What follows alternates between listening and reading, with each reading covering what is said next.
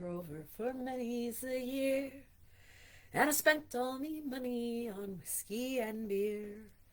But now I'm returning with gold in great store, and never will play the wild rover no more. And it's no, nay, never, no, nay, never, no more will I play the wild rover. No, never, no.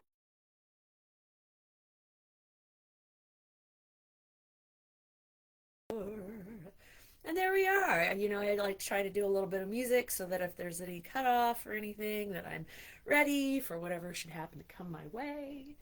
Hopefully everything is going okay, because I know things are just a tiny bit slow. I promise I'll work on that. I'll do my best. But welcome to Julia Pop. And if you haven't heard, this week's very special episode. Every week is a very special episode, if you ask me.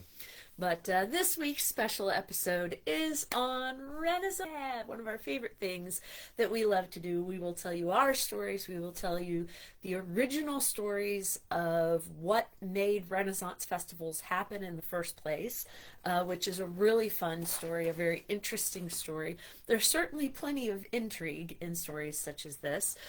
So as always here at Julia Pop, we welcome the commentary, so I keep an eye on the comments page to make sure that you are indeed part of the conversation. So, as I mentioned before, welcome. This is indeed Julia Pop. The theme is Renaissance festivals, and so with that in mind, I chose myself a really fun co-host. So he's not just a peanut gallery, he's all the way up to co-host level. Oh, wow. Okay, well, you have a lot of input when it comes to that. You don't just kind of sit and throw things in. You have like legitimate sentences and paragraphs, not just because you talk a lot, but because there is some actual interesting information in there. Yeah. So, and in the case of Renaissance Festival, you are full of it, and you've studied quite a bit on these kind of things. So Inger says evening, and speaking of experts on Renaissance festivals, one of the people that provided some really cool old initial pictures. That was awesome.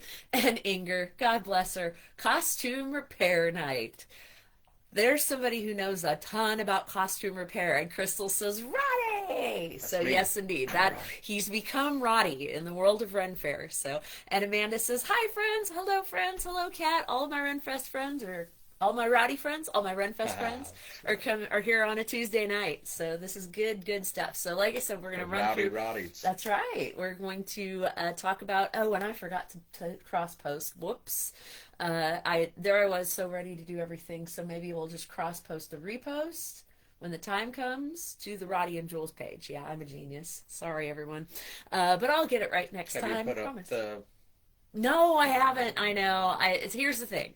When you have I know, just disappointed. Yeah. So, but here's the thing. When I'm busy with Julia Pop, and then I have to do posts for the Roddy and Jules page, and then every once in a while I want to post on my personal page, there's a lot going on. So I should start thinking about, especially on a topic like this, to cross-post to the Roddy and Jules page. Whoops. Oh, well, these things happen. Hopefully that just drives more people to the Julia Pop page. Fingers crossed. So, as I said, the topic is Renaissance Festival. We're going to talk about the history. We're going to talk about the presentation. We're going to talk about our own personal experiences. You are welcome to share your own personal experiences, your first time going and how it affected you and what made you want to keep going back or become a performer or be a patron or a patron, whatever it is. And then if you haven't done anything Renaissance related at all, you're welcome to chime in on that as well. And we're here to teach you. We're here to show you kind of what's going on with that. And then we'll talk about, some of the details, what things are like as far as the clothing and styles and everything that happens when you go to a Renaissance festival. So, and then, of course, if you stick around for the full episode, at the very end of the episode, I announce what next week's episode is going to be. So, without any further ado, we're going to talk about the very first Renaissance Festival. Now, most people are like, well, it'd be in the Renaissance, right? Now, there were certainly fairs that were happening before then, up until then, but the Renaissance Festival, as we know it today, and then Linda's here, your mom's here, welcome. So, welcome to Linda as well. The history starts in the early 1960s in California. So a couple by the name of Ron and Phyllis Patterson, Patterson, not Peterson, Patterson. And they met a very long time ago in Memphis, and they got married in 1956 and moved out to California for their jobs. Inger says, no, fair, why not? I agree. I agree. I highly encourage fair is for everyone, if you ask me. And so I'm a big fan of encouraging as many people as possible to, hi ho, come to the fair. So Phyllis Patterson was an English teacher and a drama teacher, and she was. There's a couple of stories depending on who you ask. She told a very diplomatic story by saying that she wanted to be a stay-at-home mom, but she still wanted to teach. So the idea that she came up with was to hold a kind of a summer camp or a weekend camp in the backyard of her lovely Laurel Canyon house. And so if you know Laurel Canyon in LA, that's the canyon. It was like the grooviest place to be. It was definitely a hotbed of where a lot of free thinkers would find themselves. And they, of course, were part of that. One of her best known phrases is she says, we trick into learning with a laugh. And so you can kind of see, if you know Renaissance Fair, you know that there's something educational about it, and there's certainly a lot of laughter. And so I love that she would use laughter to help teach people amazing history, amazing things that happened years and years ago and what they mean to us today.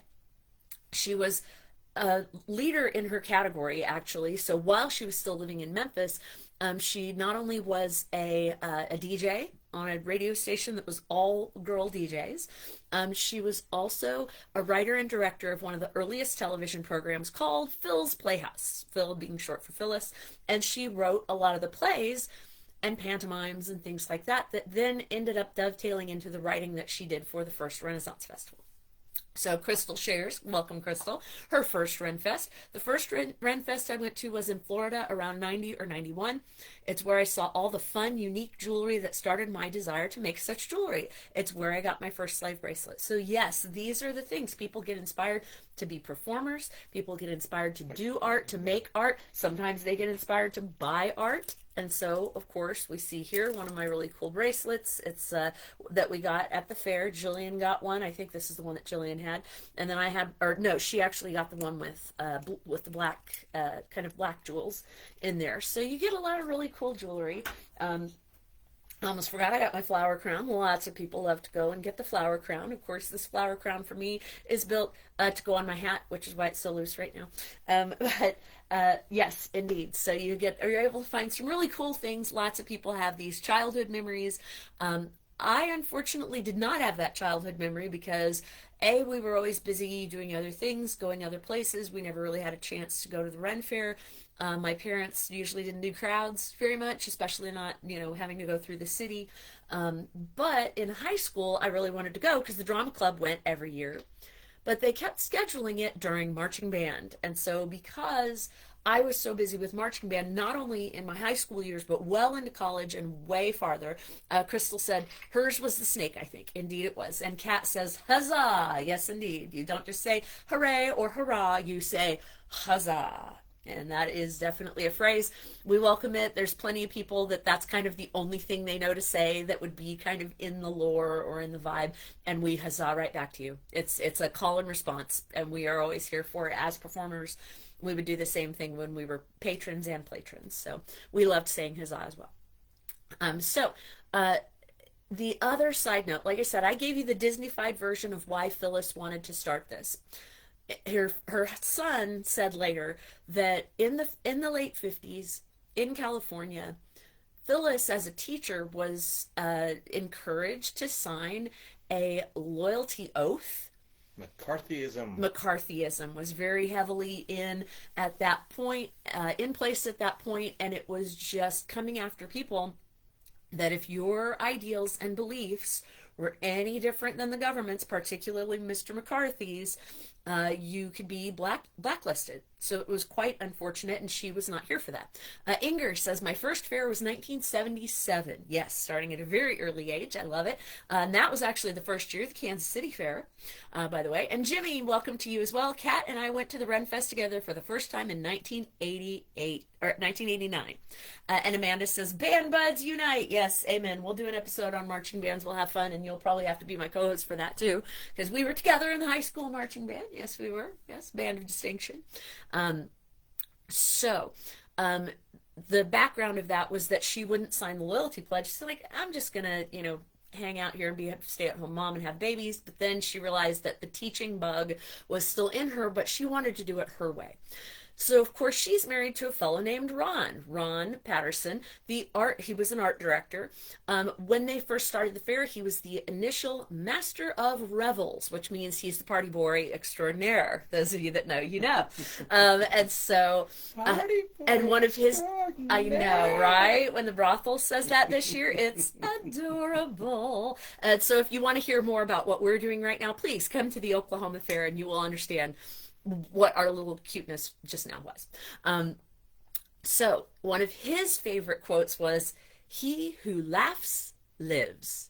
And so again, that whole vibe was very similar. And so so she lived from 1932 to 2014, rest in peace. He lived from 1930 to 2011, also rest in peace. Now he was a card trick guy, so he loved that personalization of being able to perform to people, but do so at a closer stage. So that's one of the cool. Magic. Oh, that's one of the cool things about the Renaissance Festival is you're not just staring at a screen.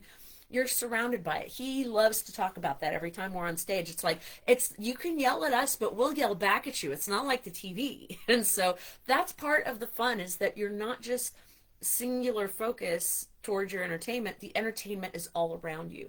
And so we'll talk more about that as well. Now he actually went to college at UCLA.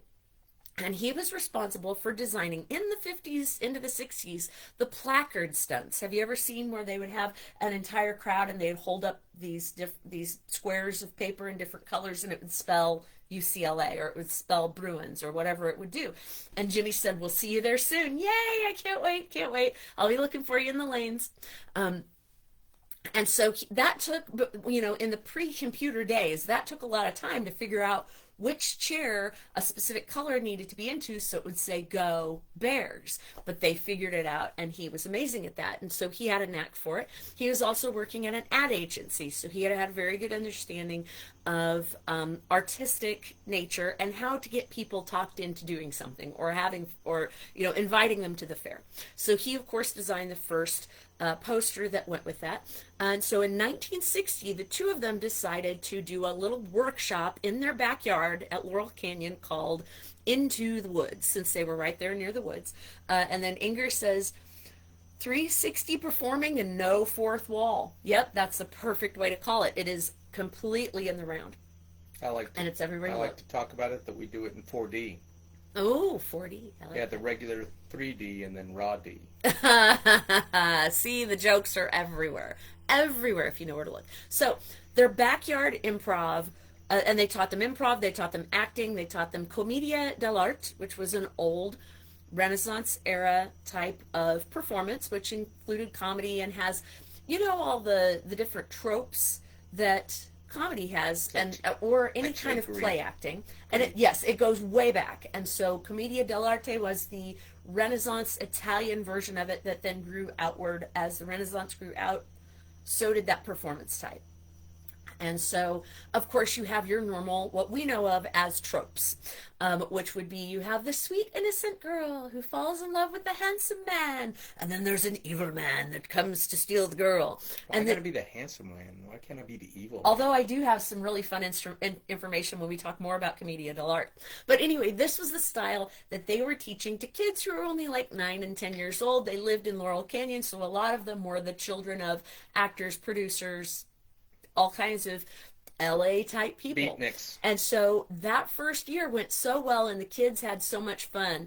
And they actually had one of the parents help build a commedia wagon. So very similar to the Romani, the traveler wagons. And so they built this wagon that became their stage. They had so much fun and they're like, when do we get to do that again? We want to do that again.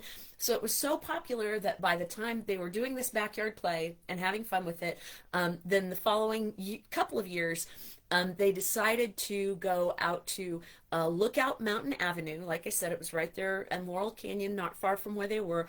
And then they had Haskell's Rascals Camp. And it's the cool thing about living in LA at that time, especially, is there were a whole bunch of ranches all around the outskirts of LA where movie theaters would do all of their filming. So they had an entire ranch laid out so that they could do westerns. They had entire areas. The Universal backlot is oftentimes talked about, how all the different buildings would get reused, all the different stage sets and street sets would get reused oftentimes. And as that started to fall out of favor, and they started going to actual locations, these old locations then got reused. A lot of times they were used as hippie communes. There's plenty of stories to tell about that, but in one of these cases, the Haskell's Rascals Ranch was where they had the camp for a couple of years. It was so successful, they decided to turn it into an entire pleasure fair, and they called it the Renaissance Pleasure Fair.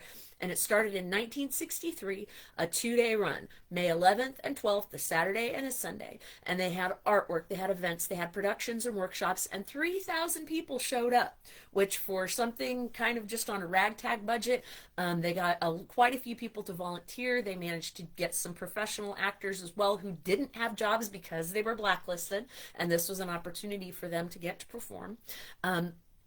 And so they did it as a radio station fundraiser. There was a local radio station that played a lot of really weird, cool, interesting, very NPR kind of stuff. And they did a fundraiser for that. And so on those first couple of years, it really blew up, and it got to a point where, okay, I guess we're going to do it 2 weekends next year. So 1964 comes along, it's 2 weekends, and then the 65 comes along, and the thing had basically exploded. And so at that point, the counterculture started catching up. We're into the mid 60s. We're getting away from the very a prim and proper 50s at this point. And so they moved out to the Agora Paramount Ranch. Paramount as in Paramount Pictures, as in Paramount Plus, now to this day. So the Agora Hills Paramount Ranch. And it was there until 1988. So it stayed there for quite some time. Now, the interesting thing about Renfests is sometimes they have to pick up and move. The ownership of the land changes. The land itself changes. They outgrow the place. We know all about those growing pains as we become fans of the Ren Fair. There was talk back when Kansas City transitioned from being a fundraiser for Kansas City Art Institute into just being a for-profit venture now. And there was a question for a moment as to whether they would stay on the area. For a very long time, there had been talk about the Minnesota Renaissance Festival moving, and it had been in the same place for so long. And there was so much talk about, oh, the lease is up at this time, the lease is up at that time, and they're still in the same place. And so these things change. And so place you remember being there for 20 years, sometimes it'll pick up and move. And there was talk about picking up and moving Kansas City, but luckily they came to an agreement, and they're still in the same place to this day. Who knows what that's going to look like when the Chiefs arrive over there, because they're going to build a stadium over there. Have you heard? And who knows? And the Mattel park. Is there something else? And maybe one day they'll actually get the American Royal built. Finished. We'll see if that one actually works out. So those are the kinds of things that always had a bit of a changeable nature to it. So some of these do have some very permanent locations, but some less so much. So one of the fun things is in these early years, there was still a bit of pushback, kickback from some conservative people that were thinking, McCarthy era people that were like, oh, this is debauchery, this is awful, this is terrible. So it was a bit debaucherous, to be fair. But here's the thing. Our hero Phyllis did an amazing thing. She ties her hair. She was a school teacher previously, of course. So she ties her hair up in a neat little bun, wears her school teacher dress and her little dangle earrings, and she walks into all of those city meetings to explain and teach them into submission. Is what she did. And it was amazing to hear her to hear people tell the stories about how she's like, no, this is educational. Here's why. Here's what we do. Here's the importance of it. And just kind of wore them down like Dr. D wore down his captors all of those years ago. Yes. And so Dr. John D, when he plays that, loves to tell how he wore down his captor until the captor finally became his friend. And it's like, he's not trying to hurt Elizabeth. He's just trying to help everybody, and people are misunderstanding it. So eventually she got her way. In certain years, such as in 1966, she got the American Film Institute to make a documentary about it so that attendees would be considered extras. No, we're making a film. And all these people that are showing up with tickets, they're just extras. It's fine.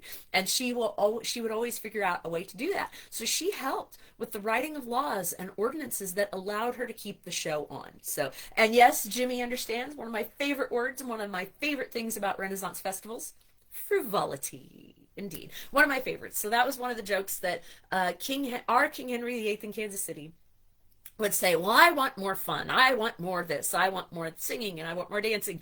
I want more frivolity. And as soon as he said that word just hit me in the head. And I'm like, I love that word. And then our pirate, Devin, kept repeating it back. You want more frivolity, do you? And so that word stuck in my head so much that I had a pin made of that. Thank you, Boar's Head Leather, for making that pin. I wear it all the time now. Big fan of the word. And so, like I said, blacklisted performers had an opportunity to perform. Phyllis worked really hard to keep everything alive. So, and her husband Ron did quite a few things as far as creative information, all of that. Now, I found a lot of my information from a Renaissance Festival website that was created by their son, Kevin, just to talk about the history of it. So I'll see if I can find that link and share it to the Julia Pop page, if I am able to find that, because it was such a great story to hear about both of their lives and how they helped create this and make it happen. So from about 66, 67, they discovered there was a huge counterculture movement happening in San Francisco. So they actually had... And across the entire America. It really was. It did start to spread. Talk about the 60s, late 60s. Yes, it really did start to spread. And of course, 67 being the Summer of Love, they opened another one in a place called China Camp in 1966 in Marin County, San Francisco. And so that was, and after a couple of years there, they moved to Black Point in Novato, and they stayed there for quite some time. Interestingly, actor Walter Brennan's wife, Ruth, opposed all this and tried to fight her on it. Of course, Phyllis ended up winning out. And one of the biggest things that Phyllis loved was living history. She wanted to make sure that people were not just having fun, but also learning. Like she said, we trick into learning with a laugh. And so she created one of the earliest living history centers. It was called the Renaissance Center for a long time, and then they just changed it into the Living History Center in Marin County. The California parks hit her up for a lot of living history that happened in their parks. Historic Williamsburg, Virginia is big time. She was a big part of the beginning of the people who were historical reenactors and also sharing that historic information. Same thing, Plymouth, Massachusetts, and she would be very proud to know that people she trained ended up then doing the living history that happens in the Tower of London itself. So what a great full circle coming around to, we celebrate London or celebrate England, and then it comes back around to the actual Tower of London using the things that she set into place. And we ourselves got to see that. When we went to Stirling Castle in Scotland, there were actors that were telling us living history, and they would say what character, who they were, and they would talk about what their day would have looked like, and it was the coolest thing. And of course, at that point, we were kind of wanting to be part of, the Renaissance Festival. We were merely patrons at the time, but getting to talk with them, and of course, we're asking educated questions. They loved us. So. Well, I guess that's right. And so at that time, we were auditioning. 23. It was March of 23, and we had literally just come back from Scotland when the king bumped into us on the floor of Comic-Con, and we were dressed as wrestlers, and he saw we were dressed to the hilt, and he's like, you guys would be perfect. And I'm like, we've been wanting to do that for a long time. And he's like, please go over and see our table. And over at the table, I believe, was our friend Erin, who played Titania last year. And she was very encouraging. Yes, you should sign up. This is great. And Inger says it perfectly. Play is the best way to learn. 100% correct. Absolutely. So that's where that came from. And we were highly inspired. And we were familiar with how living history worked in Kansas City. But then we had an opportunity to do it ourselves, which was amazing. So like I said, Ron and Phyllis's children Kevin, and his wife Leslie, still run something in Northern California called the Dickens Festival. So it's Charles Dickens. Charles Dickens, did I say that right? Yes. And so Chuck. yeah, so they have a festival still. So they no longer own either of the two Renaissance festivals, and we'll talk about that a little bit later as well. So Phyllis and Ron divorced in 1980, but Kevin and Leslie kind of picked up and took over after that. And their grandchildren, they're going into a third generation being involved with the Dickens Festival. So their youngest children, Andrew and Michael. And then they have kept that Dickens Festival started in 1970 and is still going to this very day. Now, a funny thing about Ron, the father, original patriarch, he used to have a secret parlor on the grounds with a little secret door, and he jokingly called it the opium den, but in reality it was just they would go there to drink, so it was not actual opium. But he would invite people there, and he would pour champagne for everyone and be very celebratory. And then he was also the creator of the logo. So all of the logos that we have that are very rounded and like badges and all those things, and they make them look old, he chose the ram and the goblet. The goblet was equal to revelry, so having a drink, and commerce. The ram was considered to be a sign of commerce in very old times, so he brought that into his own logo. So from here, this origin, we grew. One of the first ones to happen outside of California was in Minnesota in 1971 and is still going to this very day. And it was actually started by a fellow who had been at the original pleasure fair in California making stained glass. And he came to Minnesota for a couple of years, and his name was George Coulomb. Everybody raise your hand and let me know, or just nod your heads or whatever it is that you do. If you remember watching the 2024 documentary miniseries Ren Fair, not Rennie, which is also a great movie, but Ren Fair, about King George, the man who was in charge of the Texas Renaissance Festival. Yes, my friends, he started working in California, went to Minnesota and opened that. Who knows what happened in those 3 years that he ended up then moving halfway across the country and opening Texas and staying in charge of Texas, not only to the point where in Texas, now Texas started in 1974, and it was by George Coulomb, yet again. He not only grew this tiny little place that had been like a strip mine, it grew so big that he incorporated the town and became the mayor. He was the only mayor of Todd, what was it called, Todd something. I'm sure somebody will help me out. Crystal says, I can do that. Stained glass. Yes, you can. You could be doing stained glass at the Ren Fair. And so he remained in control, not only of the fair itself, but also of mayor of the town. In 2025, he was looking to sell, but was waffling back and forth. He ended up, in a lawsuit. It was a big hot mess. They said, nope, you said you would sell it. You need to sell it. Part of the reason he was so argumentative about it was because he had built himself a house on that land. And originally the deal was going to be he would still live in the house till the day he died, but only pay $1 a year. So that was kind of the concept. And he was trying to renegotiate that. No one could come to agreement. Lawsuits happened. He lost the lawsuit. He lost the mayor election. And then within 3 weeks of that, he had and ended himself. I know that there's certain words that I can't say. So, and then Kat says he started in Minnesota and then moved to Texas. As someone who lives in the frozen butt crack of the North, I know exactly why he did that. No, okay. All right. Yeah, I can believe that would be a reason that he would do that. Absolutely. So he did, unfortunately, unalive himself. And so a lot of people think that might be fortuitous because he had many more lawsuits beyond just not selling the place. He had been accused of a great many bad things. So without getting into it, we're going to gloss right over that and skip past that. There were other early fairs. Bristol in Wisconsin is one of the big ones. Colorado started in 1975. Maybe if we can get our crap together, we might find ourselves there. Crystal still lives in Colorado. We keep meaning to go there. It's just finding the time, finding the money, not being worn out from working other fairs is our problem. Halfway done. I know. We're almost there. And then in the wonderful, so in 76, we had Sterling, New York. open up as well. And then in 1977 is when it really started to grow, and that includes Kansas City, yeah, Maryland. Norman, Oklahoma had a medieval fair. They still do. They still do to this very day. And New York proper had one as well.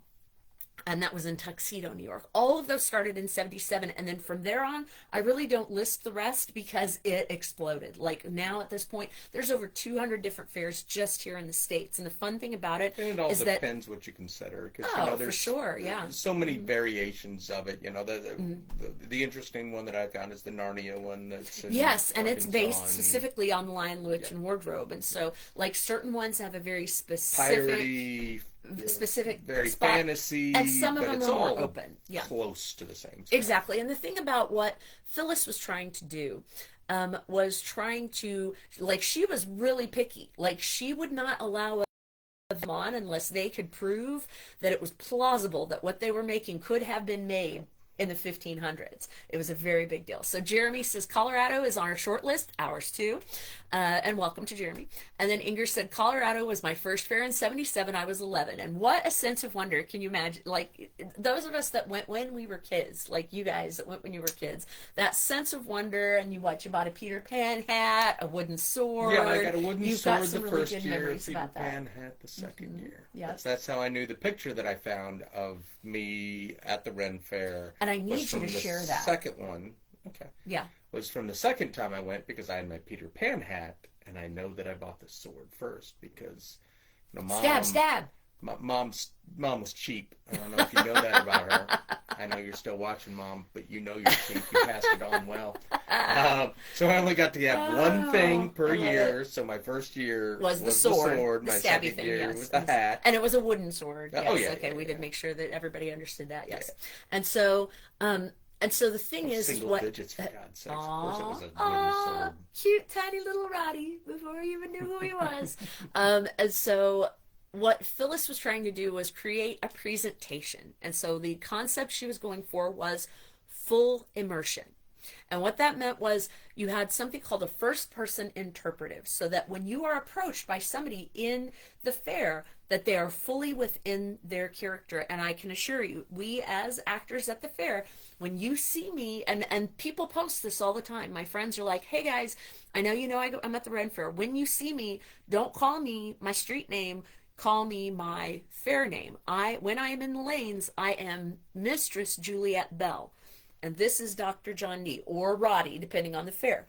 And that's who we're acting to. Feel free to call me by my real name if you want, but now I get to torture you.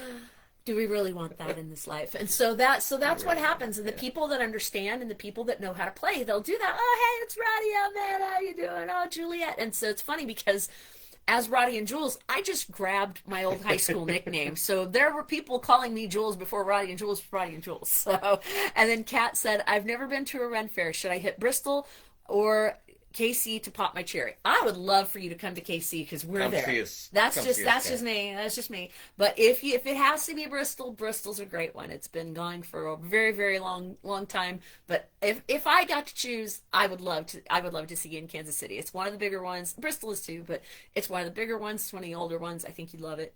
Linda said it was just good life training, not cheap. That's what all the Scots say. Yeah. And Crystal said they do have the shiny pointy things there. I've seen the sign. Yes, and that's part of the fun is like you'll have wooden signs all around. And part of what Phyllis Patterson was trying to do was make it feel as old school as possible. To make it feel like when you walked in the gates, you were stepping back in time. And that is an effort that most of the fairs do try to make for you. Although there are some modernizations that become a bit unavoidable. So Inger said, I bought a unicorn ring and watched Zilch the Storyteller, one of the classics, right? And so that's the thing is like the performers, there are so many performers that are going for decades on end, with Inger being proof of one of them. And Inger says, come play in KC. So another vote for KC, for Kat to come to visit us there. And so we have been fortunate to be friends with people like Inger, who've been performing for decades, with people like Bob the Incredible Juggler, with people like Queen Margaret on the harp. Like we are so fortunate. The Jolly Rogers, like they're celebrating, what is it, 35. I've already lost track. 45? I don't know. Pretty sure it's in the 80s. We're getting near a half century with those Jolly Rogers boys, just saying. They started like way back. Way back. And so we are so fortunate to not only be performing alongside of them, but to have built friendships. Like, that's just life-changing and awesome and amazing for us. And we are so proud, and we love helping make that come true. Not only from a performance perspective, but also, like I said, we like to educate too. Like, he's been educating people on karate and math. I've been educating people on marching band and music for such a long time. And Inger said she started performing in 2013, so 13 years. 10 years before us. 13 years, yep. Yeah, 10 years before we actually started performing. And so absolutely, some of the coolest friendships and some of the most amazing things that we got to see. And so the characters stay in character. So hopefully, when I don't ruin it, when I am Juliet Bell, I am in a Scottish accent. When he's Roddy, he's in a Scottish accent. When he is Dr. John Dee, he is in a received pronunciation, also known as Cambridge English, actually. I have a Cambridge accent. I went to Cambridge. Did you hear? I went to Cambridge. That is a running joke that this boy has way too much fun with. But it's fun. We all love to laugh about it. And so Kat says, is it going on in August? We spent our 10th anniversary in Ireland. We could spend our 11th in the 15th century. I'll take it. Yes. So we start Labor Day weekend. So the Kansas City Fair. Not August. No, it's fallen like August 31st before, but it's always that Saturday, Sunday, Monday of the Labor Day weekend. Essentially, is the every first weekend of September. Yeah. So and then it covers and so then from Labor Day weekend it covers all the Saturdays and Sundays in September, and then all the way up to it's 7 weeks. It just just every time, just start at Labor Day and go 7 weeks. So it pushes into October as well. The dates are usually on the website. I think what's that one? Renfests.com. I think is that one. It's around Labor Day to Columbus Day. Yeah, give or take, depending on how the calendar falls. Exactly. So we would love to have you, and of course, there's plenty of like dinner for two, drinks for two, all kinds of fun things, romantic stuff that you guys can do. So some very fun things that you're able to do. And then part of it, like I said, was accents. And whenever we do our training, we are working on accents. We are working on choices of words. People didn't say hello back then. That's why you hear a lot of good day, well met. There's lots of other phrases, but those are kind of my two main ones that I use. And there's also improvisational bits. So we work on our characters so that when you bump into us, usually the biggest question we get is, where's the bathrooms? So, at which we just, hey, okay, the nearest, and I know because I have to go all the time. So I'm like, oh, it's just right over there. And so we talk about, there are porta-johns on site. There are also toilets. Of course, at that point, we can go into a big tirade about what toilets were really like in 1532 or 1569. Basically, it was just kind of a hole in the wall that would kind of hang out and over when you worked in the castle. Otherwise, it was very similar to an outhouse. So porta-johns actually fit the bill a little bit more than those plum toilets, believe it or not. So because we weren't really doing plum toilets at that point, of course, even in the city, which we're not in the city, that's the fun thing about Renaissance fairs is most of the time they're out in a field so that it feels like you're out in the English countryside, not in the English city, because in the summers, London stank because people were dumping all their crap literally into the streets. Ick, gross. So, yes, and so, and of course, Clive asks it in proper English by saying, wherefore art thou, pretty pretties? So, yes, and so it's always fun to get people to speak in a language that's a little bit different than their own, even though it's in English. It's some fancy. Dr. D wants to correct that. I'm sure you do, but I don't care. You're not Dr. D right now. You're wearing your Roddy hat. A Roddy hat, I should say.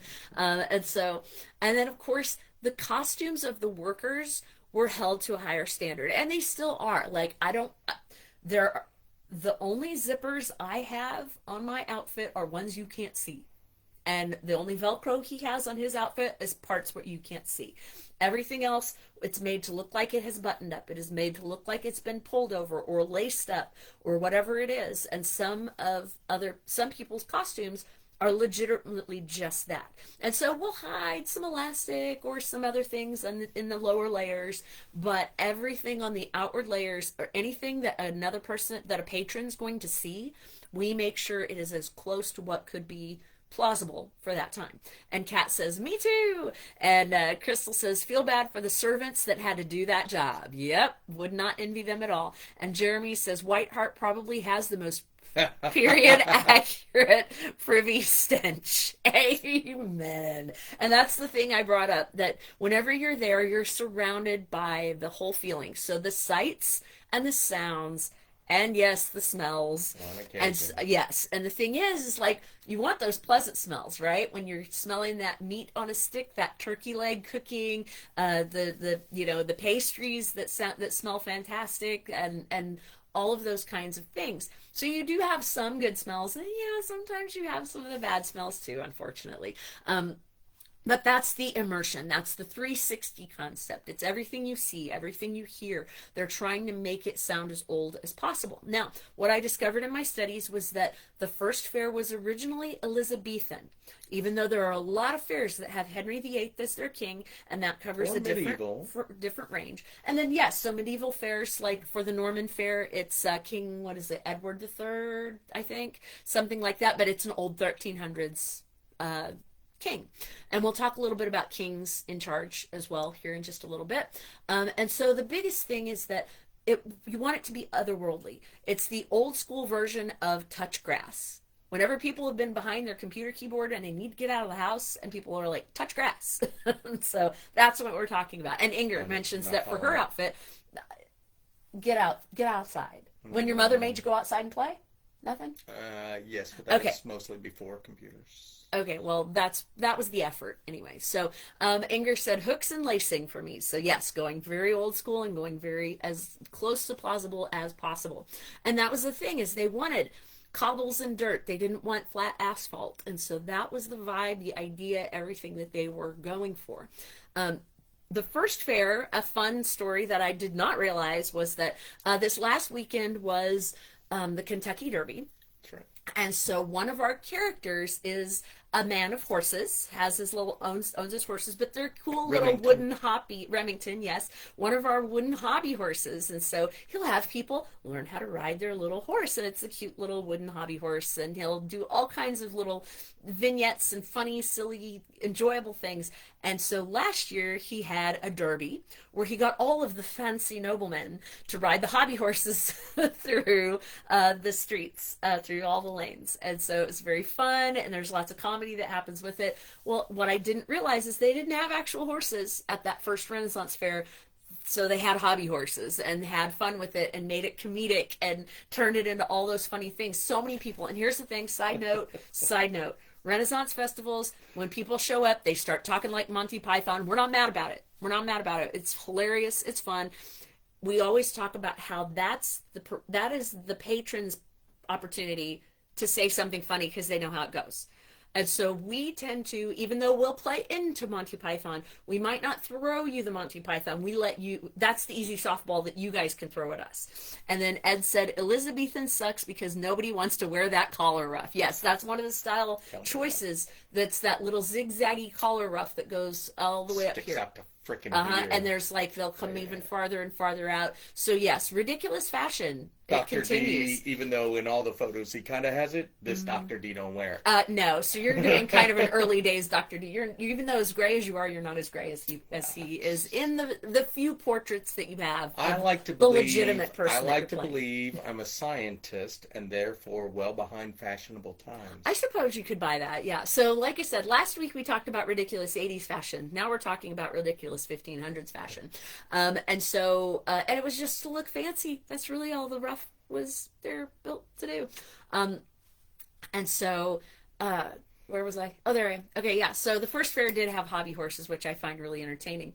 And so then the question became family friendly or not family friendly, because when you go to a fair, there are certain sections, certain areas, certain things that are PG-13, or jokingly, as the Jolly Rogers say, PG-31, when it really takes a turn. And so Clive said, did they joust on hobby horses? And the answer is actually no, because jousting didn't really come into the Renaissance fair concept, and I was very surprised to find this out, until the mid 70s. And so jousting started to make a comeback actually in Europe in the early 70s. And then as that started to come back, people doing Renaissance fairs said, we need something flashy and splashy and stabby, and so let's do jousting. So jousting really didn't come in. The original fair was really just supposed to be pantomimes and plays, music and food and art. But then they added jousting, and it is what you see today. So Ed says, I have an almost completely period accurate Elizabethan sea dog outfit, but simply will not wear that damn collar. Yes. And Crystal says it perfectly. The pub. Yes. What is a Ren Fair without the pub? And so that's the thing, is like, if you're in the pub to drink, and maybe your kids aren't there with you, even though the pub was a public house back in the day, kids could be there for a certain amount of time, but a little bit more exposure to some of the naughtier words or some of the naughtier things. And so that's always, that's still to this day. To be fair, earlier you go, there were different periods where it was less, and you're talking about this thing started in the 60s. Guess what? They didn't care that their kids got exposed to there was a little bit more relaxed ideals. Yes. And when I was a kid, it was a, and you knew what you were getting into. And nobody cared. And sometimes you'd hear that. People are tightening down on that. Sure, and sometimes you'd hear that bad word and she'd say, kid, don't say that. Don't say that word. And that was it. Sailor. I heard lots of that. I'm sure you did.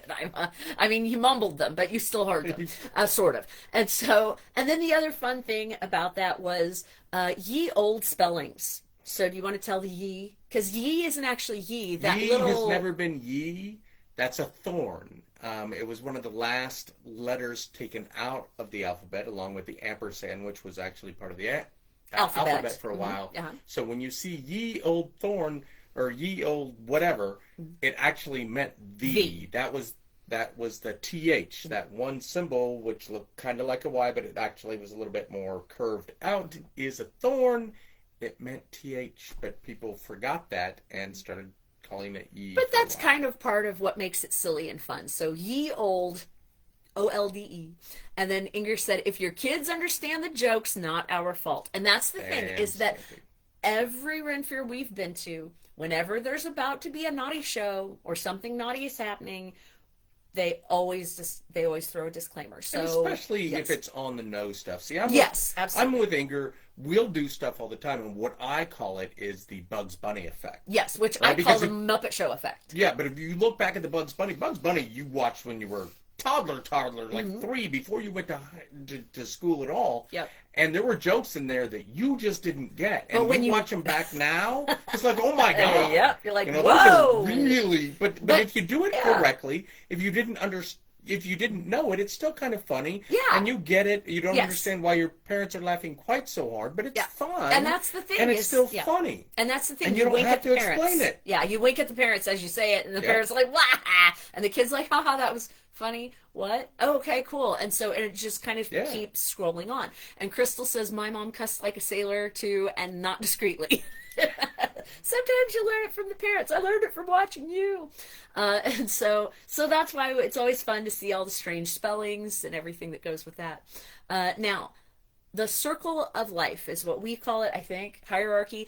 Basically, whenever we have a cast of characters, there are the royals, and then there are the merchants, and then there are the clergy, and you have all these different types. And so we talk about kind of who bows to who. So even though the cool thing about being at a Ren Fair, we're all there to have fun, one of the best things is that you're playing characters, and we help people understand how these characters would have interacted.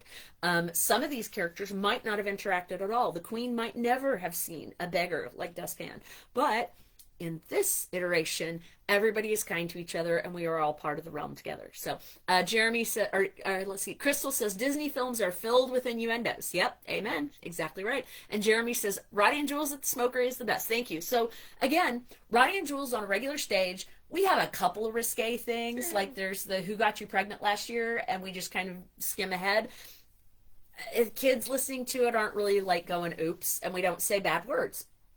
But then when we get to the smoker in Oklahoma, we discovered that we needed to be a little more body, even more body than we are at the pub sing. Like we have a few little things at the pub sing, but so yeah, we'll drop some bombs as Jeremy can verify. So, but that's part of why we're having fun. And so that's in a place where it is strictly 21 and over. And it's so remote. It is. It is. Yeah, it's so far away. Up yes, there and, no and the children are not going to hear you. The children are far enough away, and so that's the case where we can kind of split that out. And so it's just important to know when you sit down with your kids, pay attention. Usually there's a PG-13 sign, and if there is, just keep moving. If you don't want your kid to hear the bad word or the naughty joke or whatever it is,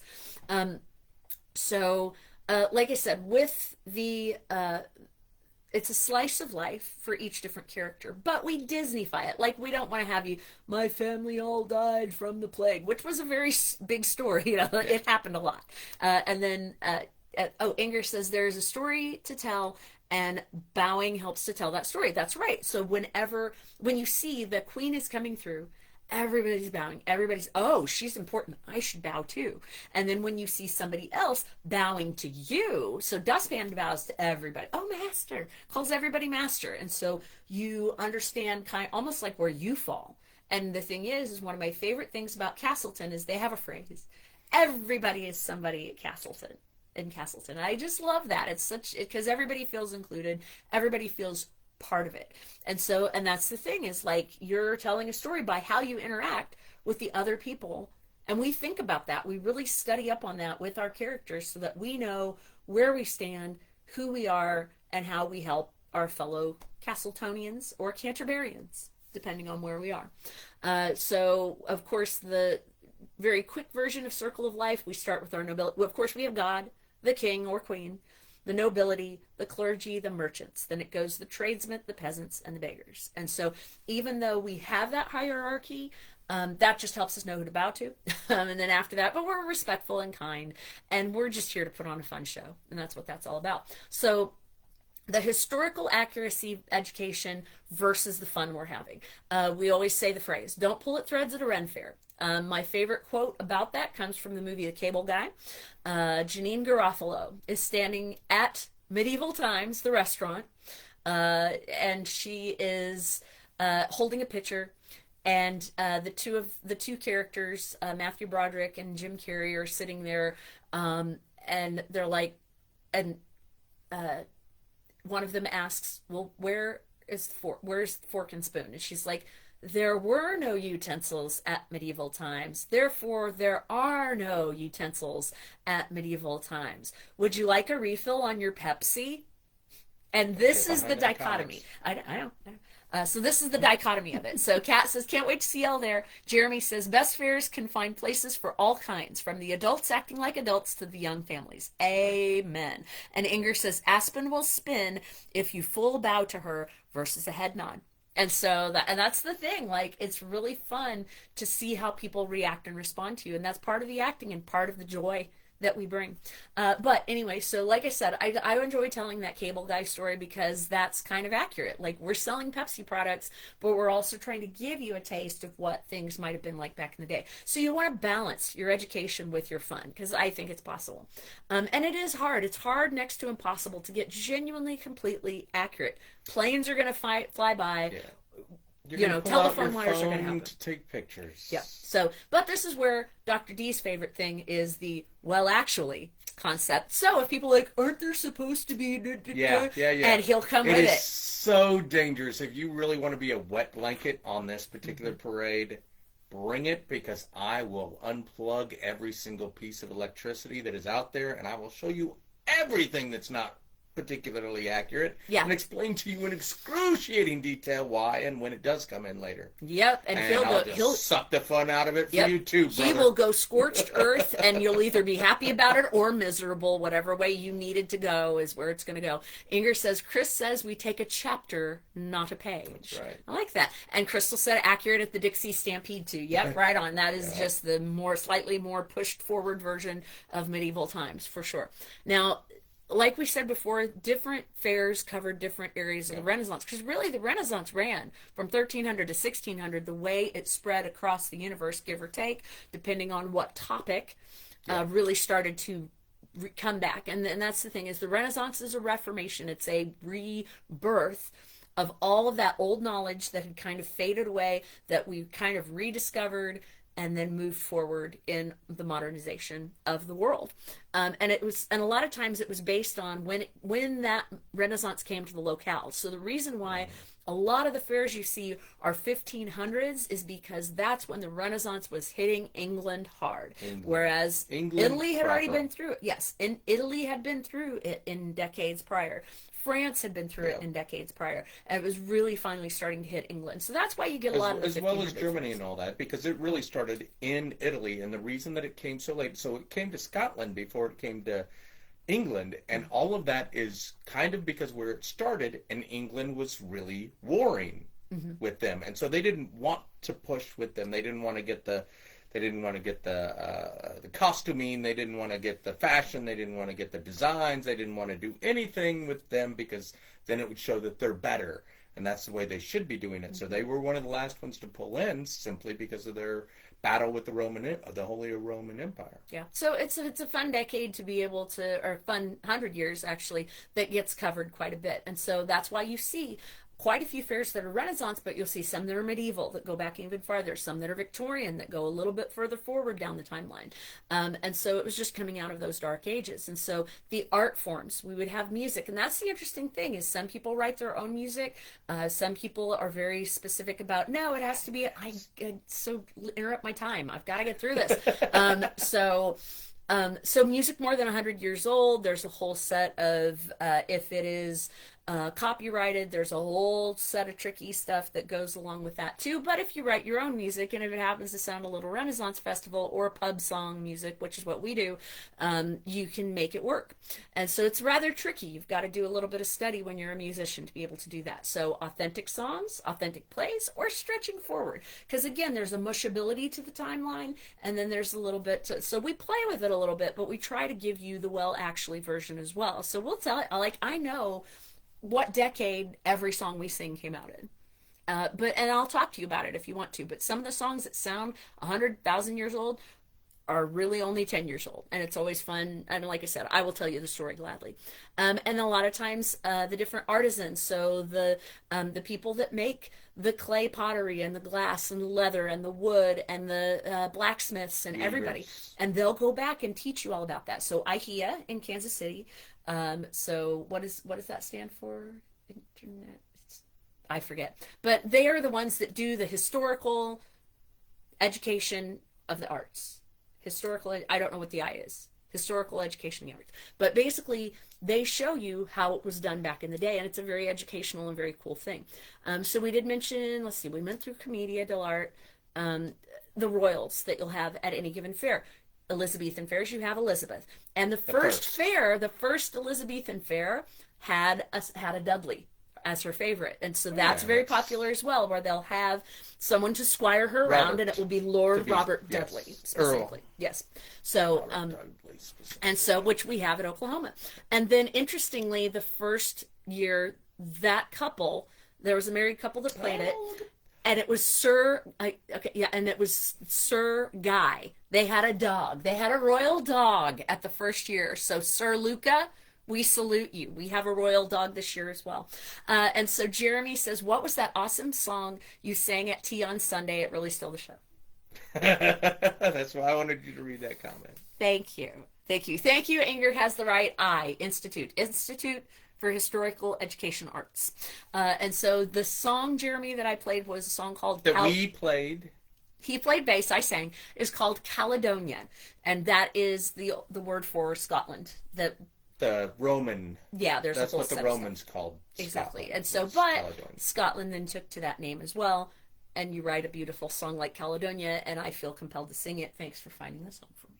So yes, thank you. I'm honored that you think that about the song because it is one of my favorites, and I really do enjoy singing it. And I'm glad that you could tell that I enjoyed singing that. So back to the royals. So a lot of fairs have Henry VIII as their royal, and that's fun because then you have different queens. Some always have Queen Anne. Some always have Queen Catherine. This year, Kansas City, we've got Henry, and then we've got Catherine of Aragon. I don't know if I was allowed to say that, but I'm saying it. And so it's going to be a whole lot of fun because we're going back to that initial Henry, nice and fresh, running the country. Everything's positive. Everything feels good. Going we're back hitting that to Renaissance. Jock Henry, not chubby Henry. Exactly. Very fit Henry, yep. Not the chubby one after his jousting accident. And now in medieval fairs, like I said, they'll have different royals. In St. Louis, it's more of a French fair since St. Louis is very much more a French town. So they have Francis the First or Francois the First, who is their royal. And sometimes if you're at a place called King Richard's Fair over in Massachusetts, it's a fictional King Richard, just a random dude. Yeah, a lot of them have fictional ones. It's easier. Yep. So I have mentioned jousting that it didn't come along until a bit later. We've talked through all of our musics and plays, and that's the fun thing is that you get to see fire eaters, and you get to see people fighting with swords, and you get to see chess matches, sometimes regular chess, sometimes human combat chess. You get to pet animals, and that's kind of a bit of a dodgy topic too if they're taking good care of their animals. Camels, petting zoo, that kind of thing. Plenty of that to do. Now, there are some famous performers that got their start in Ren fairs. Penn and Teller. It was a big, great magic act that started out in, I think it was Minnesota. They actually came back for their 50th anniversary, I think it was, and performed again. And of course, it was a huge sellout. Bill Irwin, who plays Mr. Noodle on Sesame Street, the Flying Karamazov brothers. Carl Reiner was the monk on the street doing radio interviews the first year. Mark Hamill, Luke Skywalker himself, started out. Yes, Crystal mentions falconry. We've got lots of bird shows that happen as well. And Mark Hamill got one of his acting starts there. Jason Mraz, the singer, songwriter, was a pickle guy. Your pickle sellers have got to sell those pickles and make some noise to get people to come and buy a pickle, and he was one of those. The Birds, and so lots of famous people would go. So lots of rock stars in LA would just show up at the fair and like, man, this is pretty cool. And it was really part of the inspiration why things like Burning Man and Woodstock and the Human Bee Inn and Coachella and all these things, because they're like, oh man, if 3,000 people could show up for this kind of thing, we can make a rock show that does this too. So there was some outside inspiration. It was all kind of coming together at once. And then, of course, we now have modern day famous people such as Jack the Whipper, one of my favorites, Jacques the Whipper, and people that are also really gaining ground are the fortress dwellers. No, not the dungeon crawlers. Dungeon crawler Carl is completely different. And Inger says a very good point. Fairies are controversial at some fairs, and so because we're having that sense of whimsy, that sense of fun, and we talk about lore a lot because fairy tales were still being told back then. Let's tell the fairy tale and have some humans playing that role. That's fun. That's enjoyable. So yes, I have run out of time. Of course, we've mentioned quite a bit of our food. We talked about turkey legs. My favorite is the Cornish pasty. Everything on a stick, right? It tastes better on a stick. Right. Fish and chips, Scotch eggs, also fantastic. All the different ales and meads and dark beers and all the brewers. Hi, Mom. Mom says hi, I'm here. 90% of the things that they sell there weren't in the Renaissance period anyway. Yeah, if you had a turkey leg, it would have been this big. Potatoes, not going to be sold. Not yet. Not in England in particular. Yes. Tomatoes wouldn't be in England in the 1500s either. And yet we have a delicious Italian food. So again, we smush the timeline a little bit. And so we have, of course, the parade that happens in pretty much every location every day so that it displays the characters and brings energy to the lanes. We have the crafters for display and education, and sometimes they're selling it to make a profit. And then we have the braiding maidens, the face painters, the tarot card readers. Sometimes there's spooky stuff that's happening too. And we go through all of that as well. We'll talk a little bit about that. It's careful. It's very touchy ground because if you get into religion too much, it can get a little, a little dodgy, a little difficult. But I think, and then one of the things that with clothing, what we were avoiding zippers and blended fabrics. We have specific colors that we're allowed to wear or not allowed to wear. Royals were really the only ones allowed to wear purple. I'm merely only allowed to wear as rich of a blue as I am because I hang out with the royals. Royal blue is royal blue for a reason. Your hair being, for men, it was usually longer. Women always had their hair wrapped up and wound up and under a hat or under a snood or whatever it was. Usually makeup was minimal, but we kind of modernized the makeup just a little bit. If somebody asks me why I have so much eyeliner on, I just tell them that my Romani friends, it looked cool on them, so I did it too. And that's usually my excuse. And then, of course, we have footwear. Whenever you go as a patron, wear comfortable shoes. And then often we are wearing leather, and we have buckles or straps or wines or anything like that. Jewelry, it just depends on your status. If you wear a lot of jewelry, you're rich. If you don't, you're not. Everybody's got a hat. Almost everybody's got a hat. The only people that didn't have hats were Highlanders, and it was noted all the time. Anytime anybody spoke of Highlanders, they're like those wild, crazy men. They don't even wear hats. They don't even wear hats. And then Crystal says, I'm going to wear purple as a pirate, which you can get away with because you probably stole it. So you probably stole it from some royal ship, and it's yours now. So these are the stories. These are the ways we can get away with it. So moving forward, electronic amplification is one of the big things that musicians are dealing with right now. Everybody's got real big opinions on it, and I would love to hear all of yours. I like to be able to shout in the lanes, but I also know how to rock a mic. He knows how to rock a mic. We just go with whatever is in front of us and whatever is asked of us. We're big fans of doing what we're asked. We love to be loud in the lanes, although I did get a note this week that I wasn't loud enough, and I fixed it the following day. I did not get that note. No, you never do. You never do. But sometimes I kind of get locked up, and I have that problem. Normally I can be really, really loud. You know me, you know. And then now there's an online presence. You can go online to buy your tickets, and sometimes they run out of tickets if they're doing ticketing.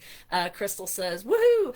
Inger said, dark purple in velvet and silk is reserved for royals. You can get a dark purple on wool with cabbage. So yes, there are some ways around it, and you can really have fun with it, and you can have fun with the story. But they did tax it for a while just to keep others from wearing it. That's very true. Yeah. So also, like I said, if you get a chance, watch Ren Fair, the documentary that was on HBO Max, whatever it's called now. Rennie is a movie that is fantastic that was made locally in Kansas City and has a soundtrack from the Jolly Rogers. Yes, it is a mockumentary, so enjoy that one too. And then over time, things have been conglomerated. Like I said, the originals don't own that fair anymore. It is conglomerated with the Southern California Fair and Bristol and Tuxedo, New York. They're all kind of conglomerated. We're part of a conglomeration, Mid-America Festivals, Kansas City, Minnesota, St. Louis, Bay Area, and Miami. Or not Miami, Michigan. So Jimmy says, not everyone has a voice like Roddy.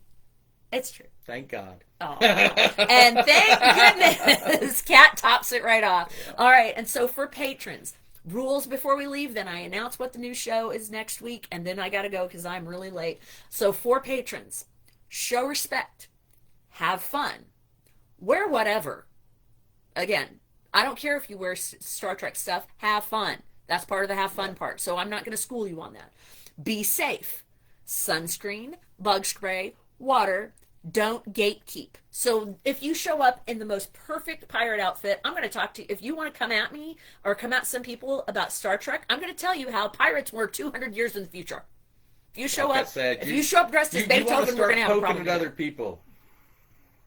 Come find me. Roddy will bring it. Roddy will bring it. You. So let people be who they want to be. It's literally what this says. It says, be who you want. Don't steal people's joy, for God's sake. Be who you want. That is exactly what my lovely Kansas City Renaissance Festival shirt says. And that's the point, is we can all get together and have a good time and be ourselves. Be our most, even though we're playing, we're somehow being our most authentic, internal, I wish I could be self. So please, I must encourage you, don't gatekeep. Let everybody else dress the way they want to, and you dress the way you want to too. Don't let anybody tell you that. That's right. That's right. I have not heard the percentage of people who don't like the Renaissance Festival after going, even the ones that are like, yeah, I'll probably never go back, is about a 1%. Yep. So, 1%. And then I did want to share, there were a couple of years that we were regular season ticket holders, and it's really cool in Kansas City. You get some. These are the years we got some really cool medallions, which of course the Tudor rose on it, and then we have a lovely. Is that Elizabeth or Mary? Oh, it's I'm not sure. 24. So that had. That's Catherine Parr. Yeah. So I think that's Kathy Parr. So it's really cool. And so Jeremy says, don't hate on anyone's game time game. Yes, I agree, 100%. So an announcement to make next week. Whatever will the theme be? It will be Snack cakes. Let's talk about food again. I haven't had a food related episode in a while. And so we're going to talk about that. So, Hostess cakes, Entman's cakes. Yeah, he probably won't. I don't know, what snack cake do you like best? My favorite snack cake is Cookie Crisp. That's a cereal that we talked about last time. Oh yeah, and Crystal, and Inger says, "Don't steal joy." Amen. Crystal says, "It took me forever to bring my friend." Talking about me. Yes, every year she'd say, "You gotta go, you gotta go. You're gonna love it. You're gonna love it." And then there's something would always happen. My kids were in marching band. And then that took me out. And that took me out. And I'm like, I need to go. And we never could figure it out. And Jimmy's with me. Jimmy says yum. So yes. And then Little Debbie cakes. And there's so many different brands that we're going to have fun with. And we're going to talk about your favorite flavors and my favorite flavors. And we're going to have a good time with it. I know we're way out of time. This is like the longest I've ever gone before. Sorry, everyone. But hopefully you all enjoyed it. If you're watching after the live, please comment as well, and I will comment back to you, and we'll keep the conversation going. Please share more of your pictures from first times and first years you've ever gone. I'd love to see those, or even this year's stuff. I'd love to see that too. Start telling me stories about your favorite snack cakes, because that's what we talk about next year. Maybe we'll have Evan back for that, next year. Sorry. Yeah. I'm sorry. I'm sure I've gone too long. But guys, thank you for commenting. I appreciate it. Thank you for viewing. Those of you that end up viewing it later, thanks as well. Feel free to comment, and we will keep this Julia Pop thing going. Thank you again, guys. Have a good night, and huzzah! I indeed. Inger mentioned cannibal bars, aka brownies. So good. Well,